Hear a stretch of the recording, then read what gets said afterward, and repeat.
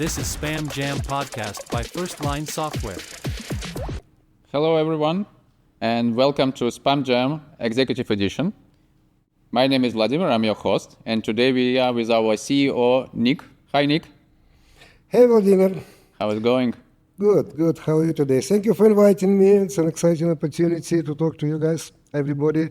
Thank you for sharing this event with us, and I hope you would enjoy what we are talking about too. The spam we are going to deliver to you today. Right. Yeah, Nick has been in tech for 3 decades, right? So you've seen all these technical revolutions from, .com, then cloud, and nowadays this AI hype. So today we will cover 2 topics. One will be mostly how to say no to AI. Yeah. Mission impossible. Mission impossible. Yeah. And the second topic will be more about who is winning, startups, small companies, or enterprises, or nobody is winning. So we will discuss it. There's no war. Okay, anyway. Okay, we'll discuss. We'll touch this point.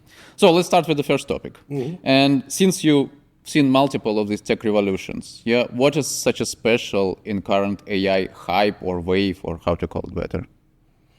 First of all, I appreciate your compliment. You consider me too young, because I've seen the move from mainframes to PCs way before the internet and dot boom and everything else. And I can tell you that the biggest difference today is the speed, the pace, how AI actually penetrates and in effect conquers the world.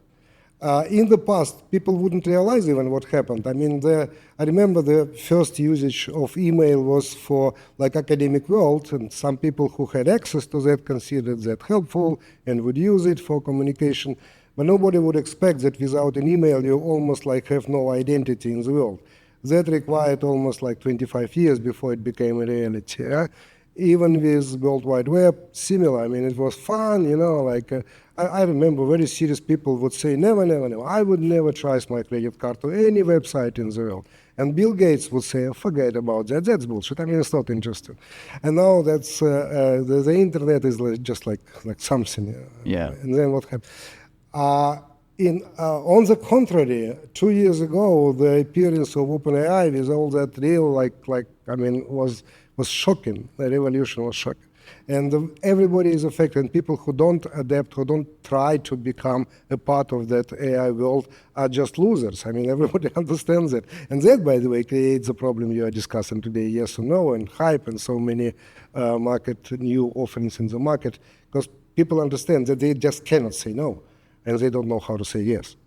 So that's the problem. That's a good point. And following your speech, so if you're talking about such a huge speed or pace, so these tools appear on the daily basis, new tools, new platforms, everything from agents, MCP nowadays, all these things are happening on a daily basis. What we learned last week is already obsolete this week, right? So, for non-IT companies, for companies which are not focusing on the daily basis on these things, how to manage it all, how to skip on this pace? Well, as I'm pitching that for a while already, I believe that it's technically impossible for every business in this world to create their own AI department. It's very different from, IT support or some sysadmin sitting in the corner. That doesn't work like that. Exactly because of the reasons you mentioned, the number of new solutions, tools, agents, paradigms, LLMs, and all of even the terminology, to follow the terminology. If a CEO of an average industrial, let's say, company tries to follow all of those trends, he will not have time to do his work, So that's, from my perspective, that will fragment the landscape in a way that the professional AI management companies will be partnering with actually end users, with businesses, and helping them to decide which tools might be most helpful and beneficial for the business of for the purpose of that particular business, and helping them also to find technical solutions and install and maintain and support and all of that. So I think this is the very important piece which somehow is often missed. We have all of those Microsoft and Googles who are actually making solutions and putting it in the market, and we have all the startups creating new agents and things like that. And finally, we have businesses, and the question is, who is in between? Who is the glue? How do we bridge those two? I believe that there will be quite a few businesses in the market, in the IT space, offering solutions for businesses to use AI. So that's the way how they should address it. Cool. And we will talk about the management. Let's talk about mid-sized companies, because I believe that enterprises usually they do have enough power potentially. Yeah. But let's talk about mid-sized companies. Yeah. So usually they don't have, as you said already, AI lab. They don't have a lot of capabilities to learn it all. Yeah.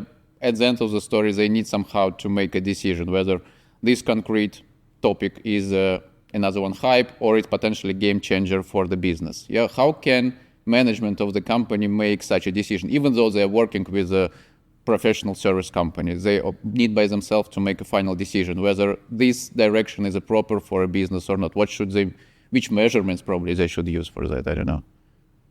I mean, this is you ask a very good question. In the previous answer, I referred more to kind of like implementation part, the technical, rather than the business consulting side of that, understanding of which AI solutions might impact the market share, the return on investment, the cost, whatever, the top line. That is, I think, also probably would belong eventually to professionals. There will be consultants, companies who are able to understand the business as well as the potential benefit of applying certain AI solutions. But the general answer here is actually different. You know what business acumen means, right? Of something course. that your gut's feeling, yeah? Yeah. And I think that every leader of the mid-size company who wants to be at least on the same level as his competition, or maybe even ahead of the competition, they need to trust themselves. They need to watch the trends, and they need to think of, there's something which I didn't think about yet, but now with AI tools I can do it. So they have to keep themselves reasonably educated. Read the news, AI news every morning, at least for 15 minutes, after the physical 15 minutes exercise. Okay, cool. Great. Since our topic is how to say no to AI, I would ask you a question. Have you ever already said no to any of AI projects? Maybe internal ones. No, I'm an enthusiast and I'm crazy. So I hear like my colleagues, the executive team, they would say no from time to time, but I'm always pushing forward yes. So I'm not at the no culture, I'm the yes culture. I think that it is inevitable. You cannot avoid adapting AI. And from my perspective, the main question is not how to say no. The main question is how to say yes in the right place and get the best return on the investment. Okay, great. I will drop a question to our audience. Guys, if you ever said no to any of AI projects and if you gain the benefits out of that, please share in the comments. It would be great to know. And following this topic, since as you said, so management should be somehow educated in AI, yeah? And there are different types of managers. Some enthusiastic like you, who is more like a pushing more AI. Excuse me, interrupting for a second. Sure. First of all, I always distinguish between management and entrepreneurship. Okay. So entrepreneurs must do it. Managers to the extent, so as long as they want to become eventually the leaders of the company, they should. Otherwise... Yeah, so the one of the questions from my side was like, okay, if you're afraid to start using something new and you're not sure, and especially if you're not well educated in what AI is, and it's kind of risky, and we've seen a lot of cases already when companies were probably too fast implementing AI and lost money because of that, because they were not very careful. Probably a lot of managers and C-level people will try to, let's say, resist. Okay, I would probably do it later. What's your impression? Is it, I know already probably an answer, but still, is it the right way to keep companies safe? Because otherwise, if you are too fast, you may start losing money just because you start implementing AI and all these new tools without even any evaluation of it. So what's the balance here? Well, I already said they're professionals. So you need to rely on partnership with professionals. So basically, over time, we will have proper processes in place, and probably a few years along the road, it will be easier to answer your question by concrete pointing out to certain companies or solutions or processes or whatever. As of today, I think the journey starts with an idea of the company leadership that we believe that doing that with the help of AI, we would achieve that and that. And before you start throwing money, especially before you rush to hire people in the market, you should probably turn to professionals who would do a little project, consulting project, and help you estimate the return on this investment. And is it really, first of all, is it really plausible? I mean, is it going to work? And what would be the outcome? Because what I've seen, especially in terms of hiring, okay, now I have the great idea, let me hire 2 or 3 great engineers, and they would solve the problem. By the time the engineers understand the problem, Google will hire them. So that's one of the probably stupid ideas where people fail, as you asked me, when the projects fail. I think sometimes jumping into implementation before perfectly planning and understanding and creating the necessary environment for the solution, understanding how the business processes would change after the implementation is finished. This is a mistake. This is the place where businesses lose money if they start too quick. Okay. But coming back to your first answer related to the fast pace of AI, if you will start spending time on implementation, on planning, you will lose 6 months before you're planning, and the whole infrastructure already changed. How to keep somewhere in between? Because if you are too fast, you are losing. If you are too doing all this planning too long, you are again losing. How not to lose? I believe me or not, I think I do. Even here, I have an answer. You mentioned again the question number 1, right? You mentioned all the series of revolutions, but you forgot to mention one where I personally proud to be one of the pioneers. In the beginning of 2002, we've been already doing extreme programming projects.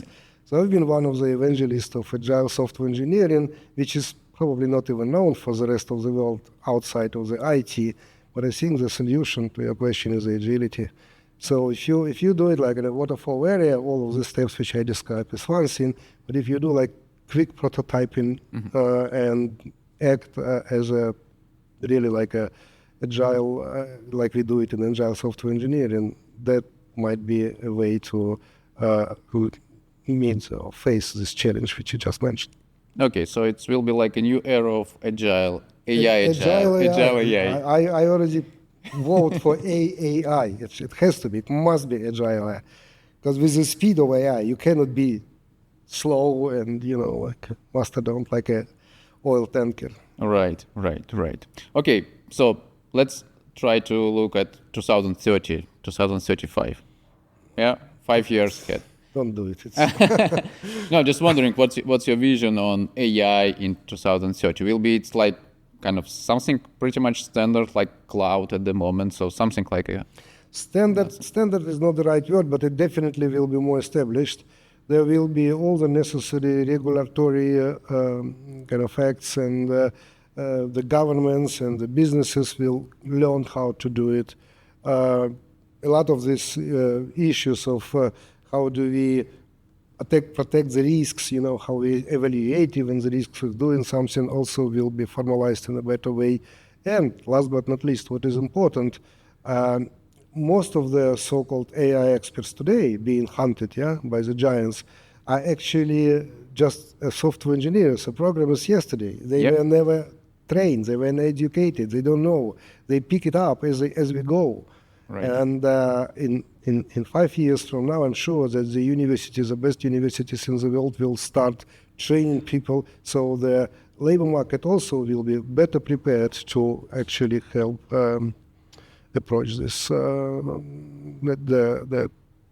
new world of AI. That's from the technology. Talking about technology position, technology positioning, if you will. If you talk about general life, I'm even scared. I'm not a science fiction writer, but it's really scary. I mean, I think that the way how people start thinking, even me, I mean, I cannot, please don't tell it anybody, but I cannot live a day without ChatGPT. I always consult for this and that reason. You know, I mean, I have questions, and it's so convenient to get kind of looks like professional answers. Of course, you have to be doubtful, but still. And just thinking about my children who will be also doing ChatGPT instead of doing their homework, and so on and so forth. How that would impact the world in 5 years, I don't even dare to think of, not to mention to predict. Yeah, one keynote speaker on our event we've been like a couple of days ago said that the world going to be changed because previously it was important how much do you know by yourself, and with AI it would be important not how much do you know, because knowledge is available, but the question will be how good you can prompt to get a proper response. Do you agree with that? Almost. I actually love it. I mean, if I were given a chance for my second life, I would definitely become a prompt engineer, because I believe I can do it very nicely, correcting and things like that. But why I say almost is because once you do a proper prompt and you get your piece of knowledge, the most important is how you apply it, how to use it. So the future is in both good prompting and ability to interpret, criticize, and apply what you learned. Okay. Of Good point. So let's try with 5 blitz questions, if you may. Sure. Okay. One word for AI hype today. Exciting. Okay. Data or intuition, what will drive decision making? Oh my God. You know what it is? Can I say more than one word? Definitely. Information is a mother of intuition. Okay. Which means that the properly structured data helps the intuition. Okay. It's not either It's or. not either or. Okay. Good point. First question before approving AI funding. Oh, ROI, return on investment. Did you estimate what you get from that? Okay. Built in-house or with partners? Partners, for sure. Okay. Yes or no, AI should replace strategic decision making? Never. Never. We just talked a few seconds ago about that. Yeah. You use AI to educate yourself, to find information, to compare, but any decisions, strategic decisions, hopefully will stay in the human hands In human intelligence. for quite a while. Okay, great. So we covered the first topic, how to say no to AI. I suppose we covered even more than this topic. All right. Thank you very much, Nick. Thank you for a great conversation. And thank you all for joining our special edition Spam Jam. If you have any thoughts related to all the topics we discussed today, please share it in the comments. And of course, stay with us, subscribe to our social media, and you will see new episodes quite soon. And I apologize for too much spam, so please make It was cool. Thank you. Okay. Easy. This is Spam Jam Podcast by First Line Software.